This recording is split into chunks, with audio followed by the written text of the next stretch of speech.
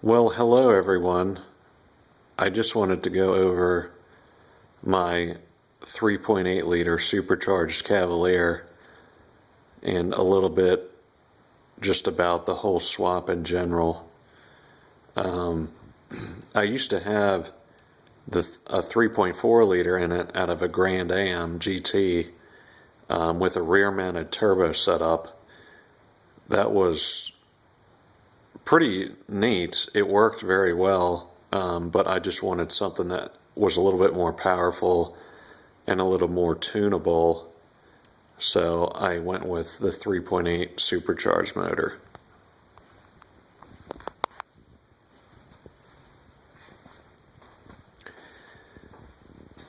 There it is. It took a great deal of time to do this swap. This is not something that you're going to do in like a month time frame. It took me 3 months to do the actual swap itself, and on my first test drive it actually spun a rod bearing because I bought this out of a wrecked Grand Prix, and I didn't notice at the time that the oil pan had gotten damaged during the accident and had concaved in the middle. So it basically starved itself of oil at higher RPMs and spun a rod bearing. So I tore it down completely and had all the machine work done and rebuilt it with the powdered forged steel rods and Keith Black hyper-eutectic pistons. It runs really good,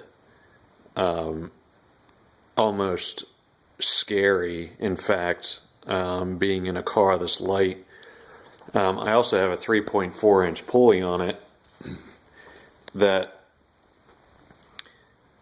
I haven't done any tuning on this yet, but I've recorded a lot of runs with HP tuners, and it hasn't registered any knock yet. I run premium gas, but that's about it. And I have bigger fuel injectors in it too. They're the Lucas 42.5 pound injectors.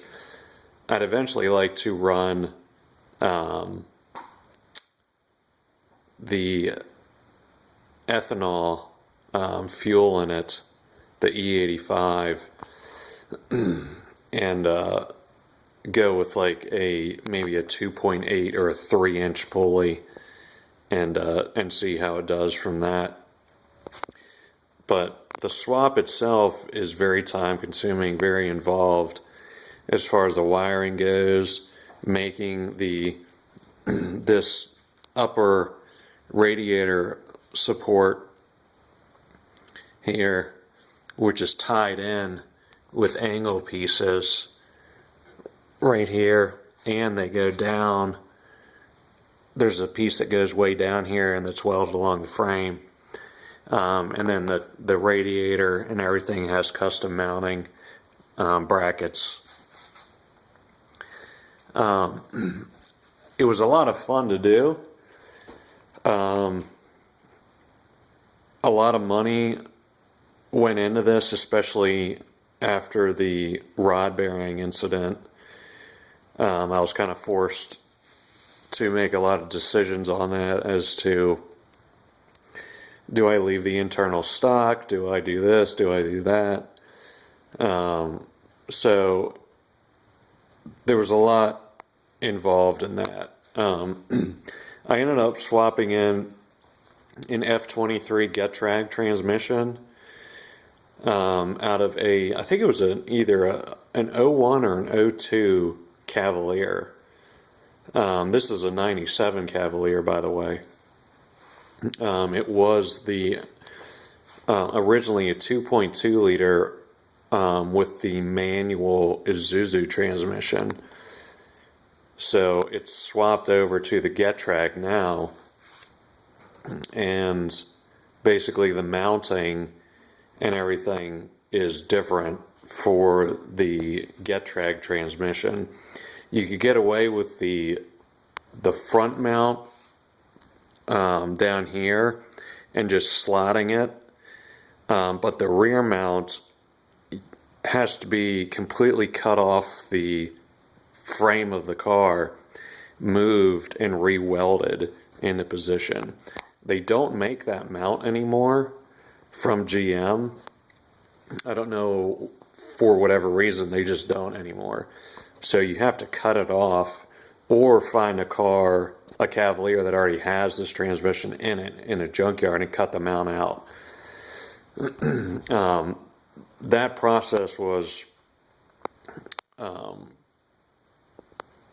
also very time consuming to get the motor and transmission centered in the engine bay and welded in place, so that everything wasn't like binding up. If you just take your time and take measurements and whatnot, and use your eyes, that's the best thing. It can turn out pretty well. So about the swap, there's not a whole lot of clearance between the frame rail and the pulleys. I might have maybe 3/4 of an inch, and the whole assembly goes in as one unit. So engine and transmission bolted together, and then you put it in. You can't do it without doing it that way. This front radiator support and frame, there's not a lot of room here either. I actually have, it almost looks like this hose is rubbing the belt, but it's not. There might be 1/8 of an inch clearance between this hose and the belt, being the supercharger belt. I have another piece of like heater hose on it just in case, for whatever reason, when the engine is under a lot of torque, it might decide to rub there, just in case.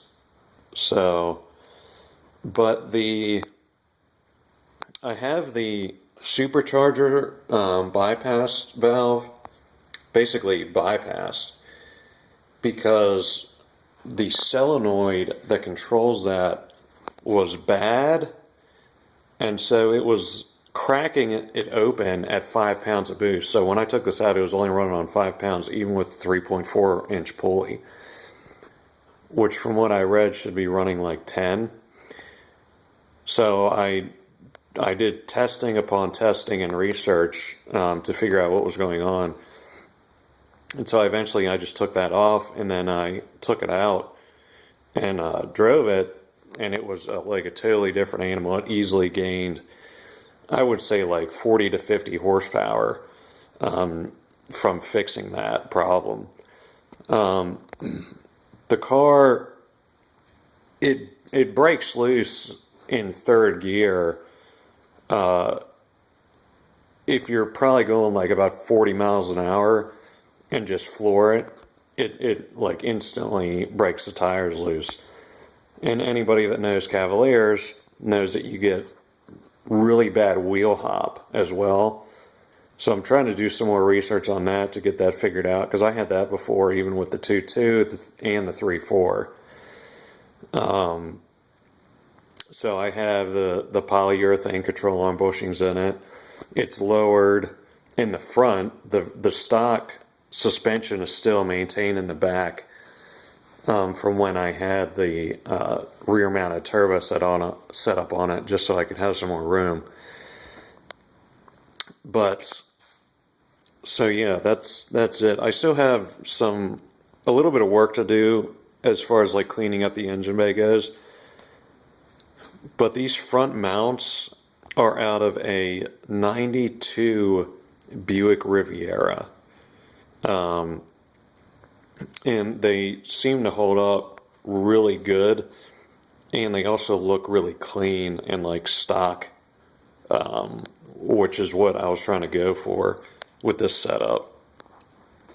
So the only thing that I don't like, and this is really just something that doesn't really matter a whole lot, is that the cover, the 3.8 liter supercharged cover, does not fit under the hood. My hood just will not, it just does not have enough clearance. So that kind of sucks, but like if I go to car shows or whatever, I can put it on and have the hood up. But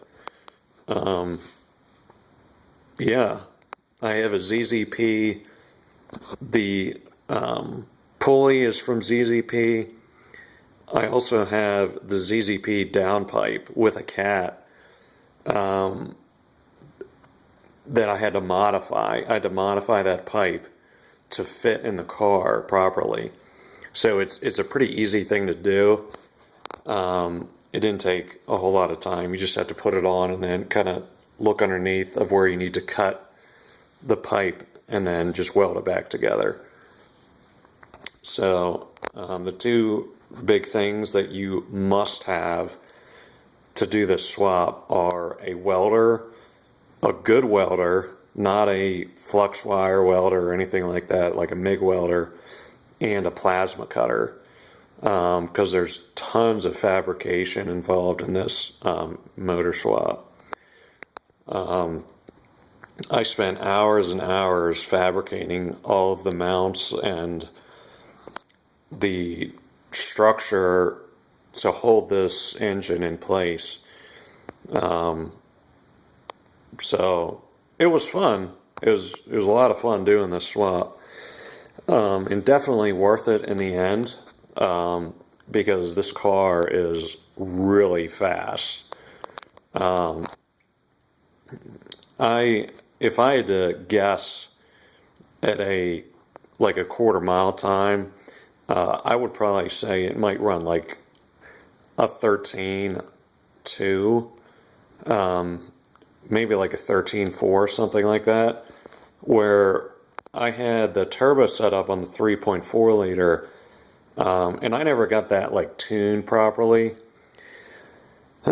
and that I ran a 14 flat with that setup, which isn't all that impressive. But that setup was still like a lot of fun. Like I really enjoyed it. And it turned a lot of heads, but this setup is definitely way better. There's way more modifications you can do to the 3.8 liter. There's just like a whole nother world out there for aftermarket parts for these engines. So I would definitely recommend doing this motor swap over the 3.4 liter if you have the time and equipment involved in doing the swap. So any questions, just like post them, and I'll try to get back to you as soon as possible. There's a lot more that's involved in this, so don't hesitate to ask me anything. Thanks a lot.